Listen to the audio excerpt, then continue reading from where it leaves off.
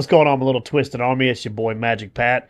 So, doing something a little bit different. We're going to do another reaction video. So, this is my boy Bob, the Bobcat Outdoors.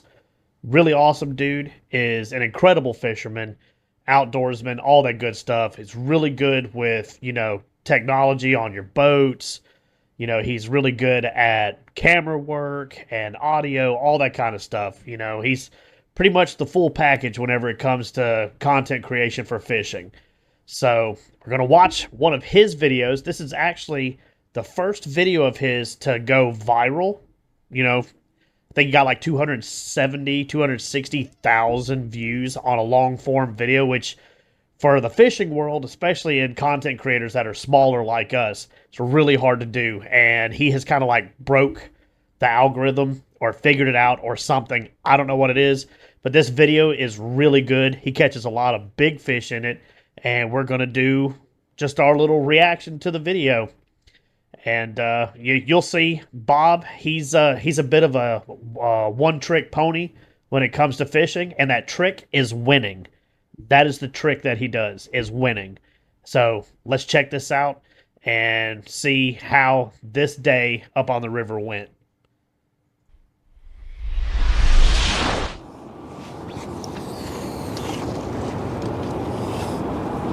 Okay, I just realized he's wearing the My Bad Dude shirt or hoodie. That's pretty funny. You can see right here, it looks like he's already got a bumping rod. So that's like his main way of fishing for these large catfish up in the Tennessee River is bumping. And if you've never done it before, it is the most incredible way to catch big catfish because you literally feel them hit while you're holding the pole, and it is like a freight train ran into your fishing line. It is nuts. I went with him one time and got addicted to it. I just wish I had a place where I could do that down here, but you got to have good flow for it. All right, guys. Welcome to another episode of Bobcat Outdoors. Hey, guys, today I am back down here in my favorite little bumping hole at extreme low flow. Told you. I told you he was bumping. I already knew. As soon as I saw he had the pole up like that, he was going to be bumping. That is the best way to catch them catfish up there behind that dam. Don't have a lot of flow at all. Trying out a brand new bumping rod that my buddy Ryan Borch gave me. Gonna walk a bait back here because, well, quite frankly, with 20,000, we just ain't got hardly enough water, and they seem to just keep cutting it down. So I'm gonna be walking a bait back here. So when he's talking about 20,000, that's the rate water is coming out of the dam back there. It's 20,000 units, and that is usually pretty low where we fish at in Tennessee. It's really, really low. I usually fish from the bank if I'm going to fish behind the dam at 20 or less because your weights will actually stay where they're supposed to when you cast from the bank. But when you're out in the channel, 20 is just bare minimum what you need to get fish biting. They really like that current. I got a 2-ounce sinker on, a giant shad head. Hey, we'll see if we can't get something to hit the bait. Oh, fish, guys, fish. Look at the bend in that pole. I've actually fished this exact spot in my kayak, and I hooked a really good fish up there. Not in that exact same spot that he's in, but just, basically where the front of his boat is that goes off the camera, that's where my kayak was at. So, within like 20 foot, and it is gnarly up in there. Those big fish get in those boils coming from out of the dam right there. It's still flowing water. And it is insane trying to control a huge fish right there. Fish on, guys, fish on. Even a little fish there will feel huge. Fish on.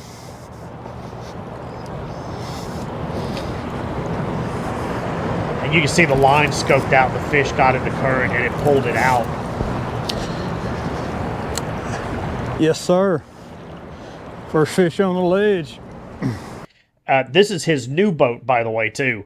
So he's usually in a little bit smaller boat. With this boat, he can actually move around and fight the fish better. Used to, it was a bit of a like a juggling act because the way his boat was before, the center console didn't leave much room to walk around the sides of it. This is a much better boat.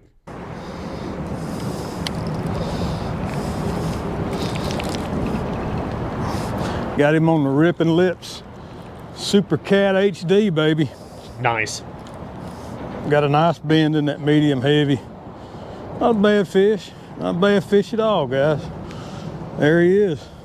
I'm gonna try to get him with the grippers.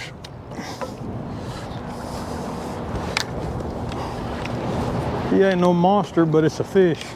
Yeah, that's a good fish too. It's not a giant, but that's a pretty good fish. You'll probably see a lot more big fish come out of there. There we go, guys. First fish of the day. It's 18 to 20. Little old Tainer blue cat. He still got the shad wedged in his mouth, guys. Nice. You gotta pop that hook out. That's pretty awesome. I'm gonna let.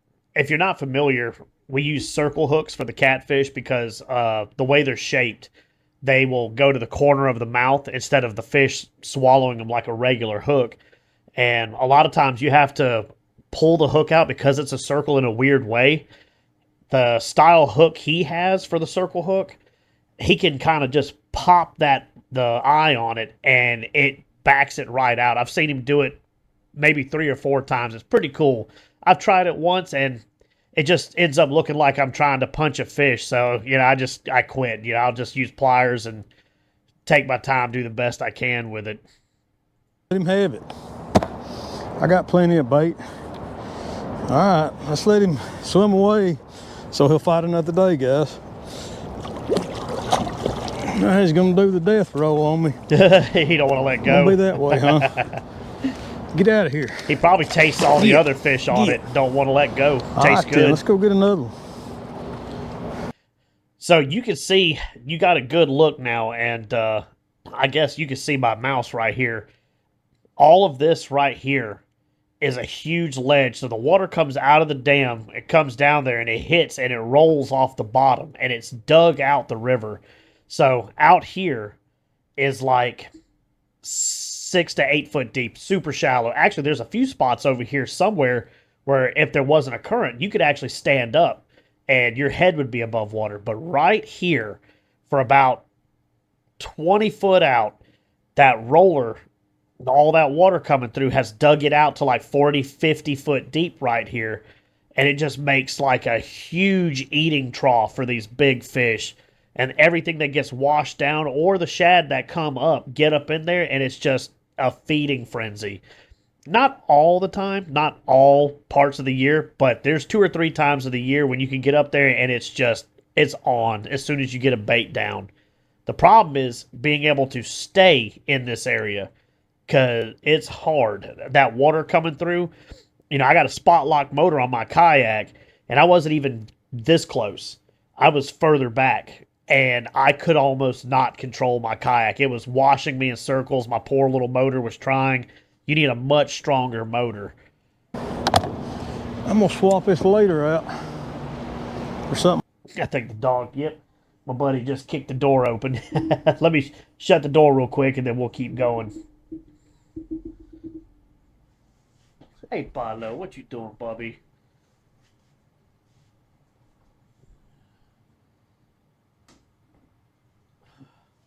You coming in here, little lumpy? Oh, little lumpy. Little lumpy. Well, thanks to you, I have to edit now.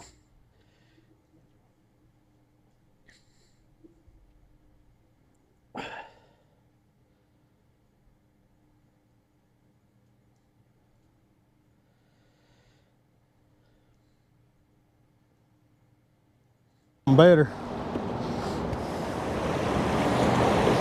Look at that. He's already hooked back up. He probably just put that bait down, too. Look at that fin. So that whoever tells you that catfish are lazy, you need to get out there and catch a big one. Oh, man. Oh, good fish, guys. Good fish. Good fish, good fish, good fish. Oh, fish on. You can hear the drag running a little bit. Oh, got a burner. It's hard to hear it over the water, but you can hear it taking line.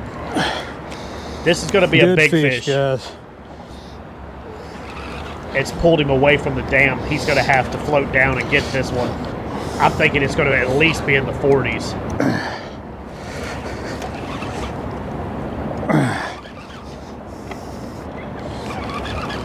And you can see his little spot lock motor doing its best to hold him here.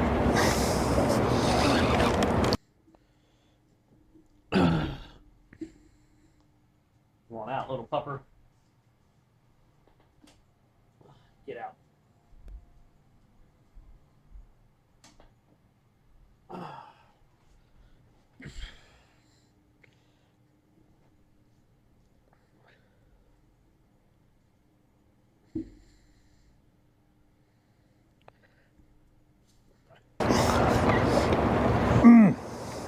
Yes, sir, guys. Got a good fish on.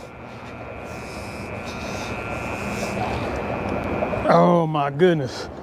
So you can see in the background back there, there's a blue pier behind him. And that pier is where I got my start on YouTube, fishing that pier. And we caught some giant fish off that thing. The water had to be low. We always struggled when the water was up, but when the water was low, we've caught multiple giant catfish, gar, bass, everything you could think of off that pier back there. I wish I was up there now. This is a good one, guys. I need to go up there and fish Tennessee real soon. I'm getting the itch for a big catfish. Fish on! Oh, God. He got to make sure everybody sees him fighting that fish.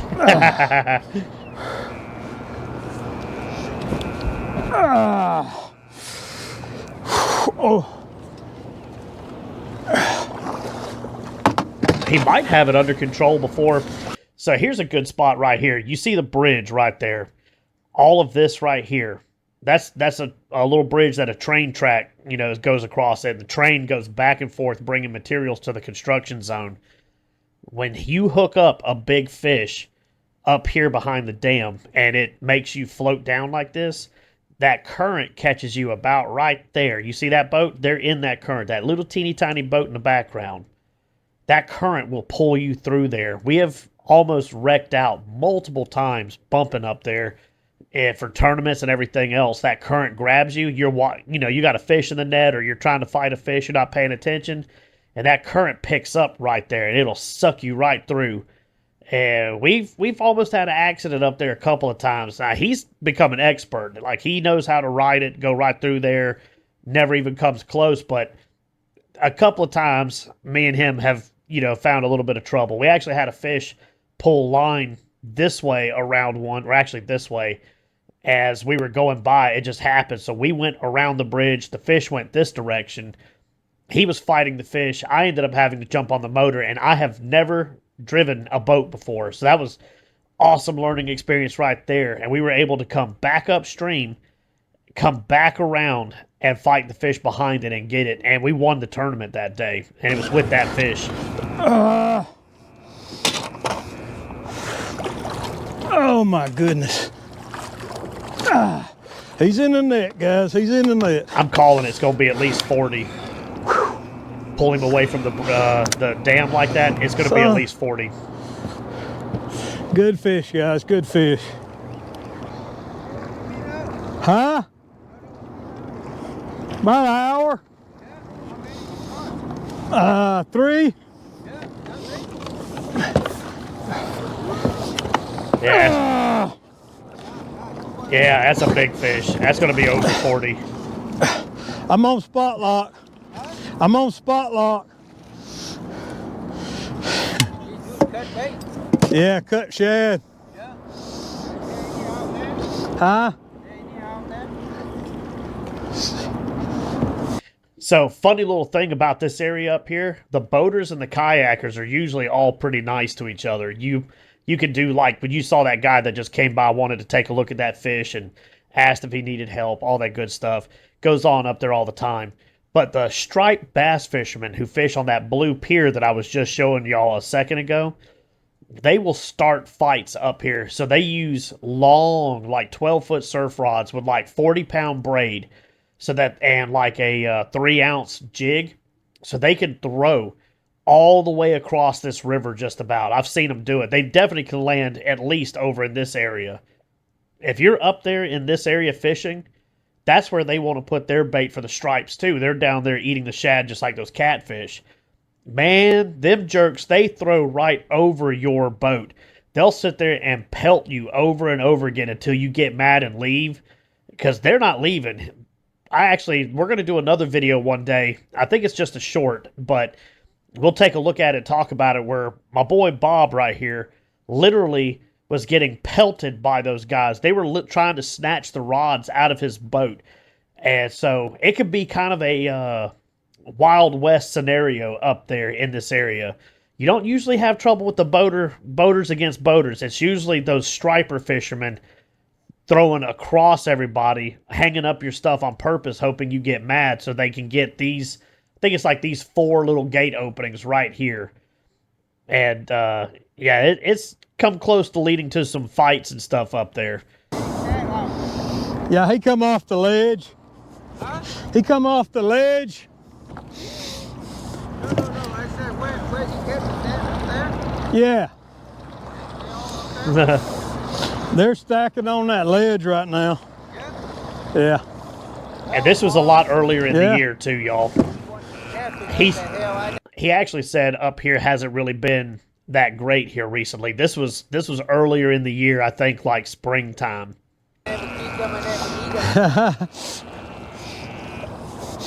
Well, I got a tournament tomorrow I'm pre-fishing for. What? Catfish tournament? Yeah. Here, What? I never heard. it's an online tournament. We do them live. They're actually pretty fun too. I've done a few of them with him. I think him Big tab or something? and his buddy Brandon have won just about every tournament they've done, because Tennessee's one of the only places that allows you to actually get behind a dam to fish like this. You know, fish stack up behind dams. They're like that everywhere in the country. But most places actually have ropes and floats about 150 to 200 yards behind a dam that you can't go past. But it's not like that in Tennessee. You can actually go right up. We actually will get inside those gates right there as long as they're not running water. And, you know, you can catch fish out of there.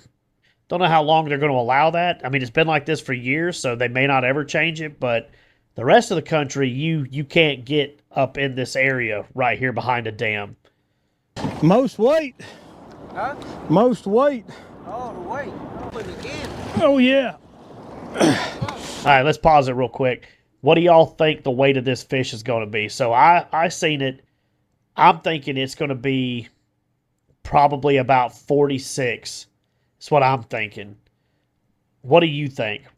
You know, if you're watching this and you want to make some guess, put them down in the comments and let's see who gets close.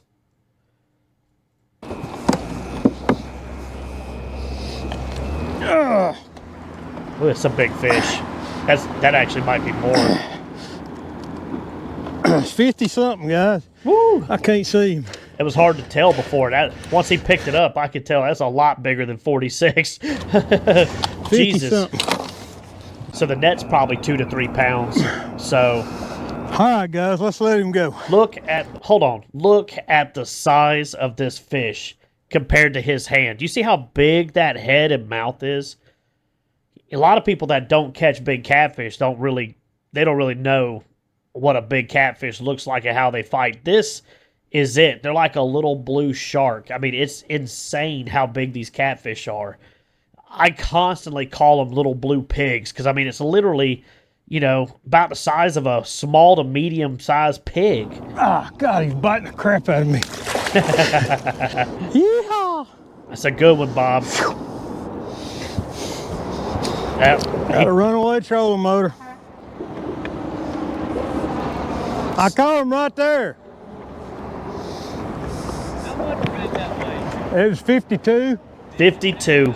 Yeah. Wow, man. I undersold it on that one. Huh? 73. Yeah. Monster.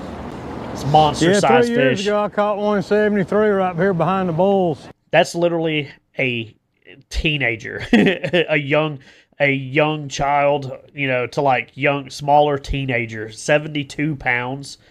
That is wild. And that's a fish. I've caught them that big, but I don't catch them as often as he does. You know, one, Tennessee is blessed with some really big fish for now. So a lot of pay lakers way up north coming down to poach the fish here now because they've depleted everything up north. So we don't know how long this is going to last unless we can get our politicians, you know, to get behind protecting them and making them a sports fish, which a lot of those same politicians have their pockets in the pay lake money. So they're probably not going to. So, you know, for right now, though, the fishing is still good up here. It's blessed waters, man. Definitely blessed with giant fish. And then Bob is an incredible fisherman. There ain't no shad. That's what I'm asking you earlier. I caught it on cut shad. No, I ain't seen no shad. The only shad I seen's in my cooler. This. That's what I'm talking about. Nah, the big shad, we caught them at the sidewalk over there the other day. Some big No, I gizzard didn't shad. catch these today. If you want to fish with cut bait, I'll give you some shad. If you want to fish with cut bait, I'll give you some shad. Yeah. And see, that's what I'm talking about. This is how people usually are up there. You know, they actually will help each other out. Bob, he's big into that kind of stuff anyway, but you know, people will give stuff back and forth. I was actually up there the day that I was up there in the kayak. I couldn't find bait. And this guy who was out there catching giant bluegill one after another, and I needed them for catfishing, and I could not figure out what they were eating, and he was using worms, and I was like, hey, man, where did you get those? Because the place I went to was out at the time. And he goes, oh, I grow these myself. I have worm beds and everything. He's like, if you want to catch the bluegill here, I'll give you some. And he gave me like a whole carton, which was like 1,000 worms, you know, from his own stock. He sells them online. Didn't want anything in return. I mean, that happens up there all the time. And I caught 2 good catfish because of it, too.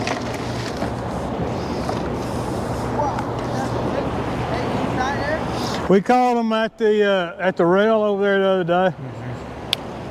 So he's talking about that rail. If you look you can barely make that out. There's a concrete walkway over here.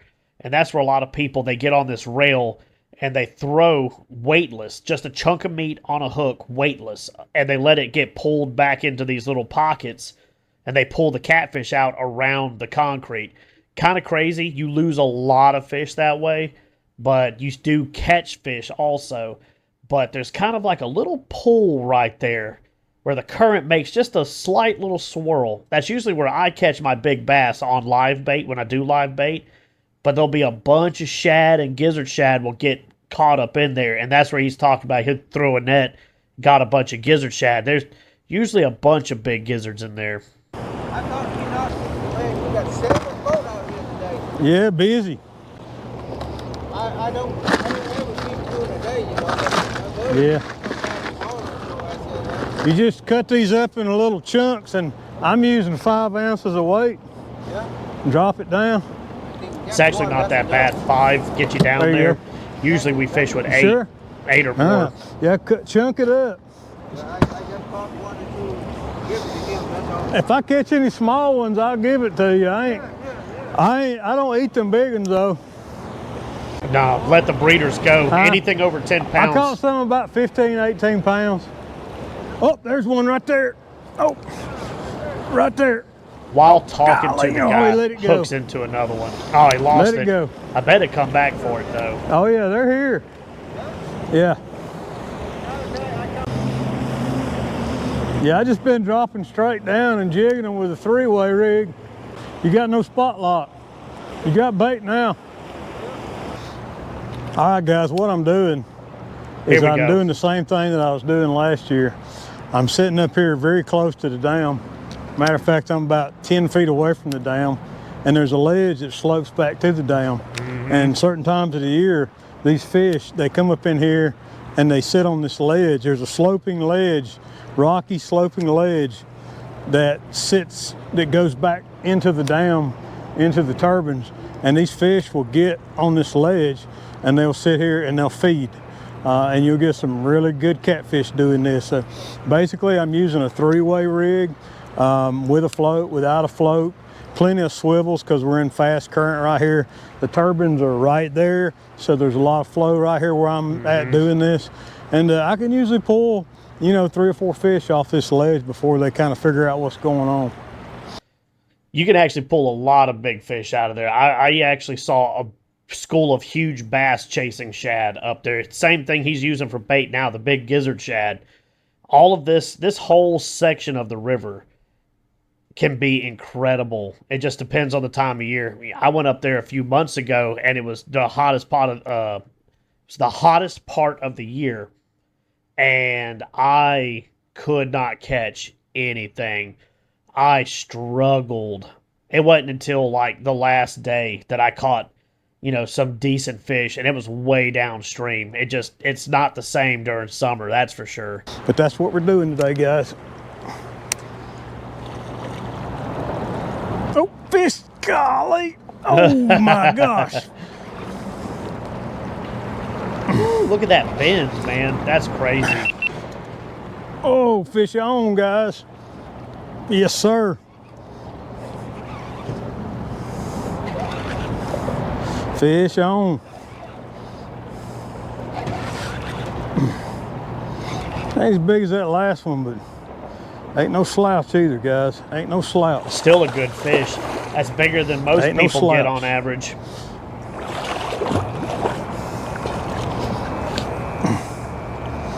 I really like the color scheme of that rod.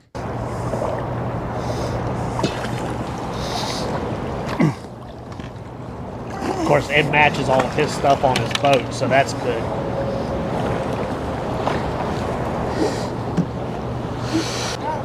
Yep.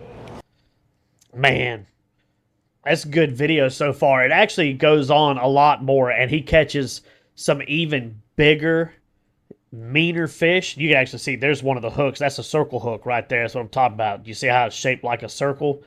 Perfect for catfishing or anything when you're bottom fishing. But I think we're going to go ahead and stop here. I don't want to show you the entire video. I just show you a good example of some of the stuff going on there and explain what's happening in the video. If you want to watch the whole video yourself, you need to go to Bobcat's channel. I'll have it linked in the description, or, you know, cards or whatever at the end of the video. You should be able to click on it and go to it. Give him a watch it. You know, leave him a comment, give him a like, all that stuff. Like I said, this was his first video to ever go viral, and it's been incredible. 260, 270,000 views, tons of likes, and there's a whole lot more big fish in this video. You have to check it out for yourself. So anyway, as always, I'm your boy Magic Pat. This is Twisted Tackle Fishing. Give me a like, subscribe, all that kind of stuff, and I will see you on the next video. Peace.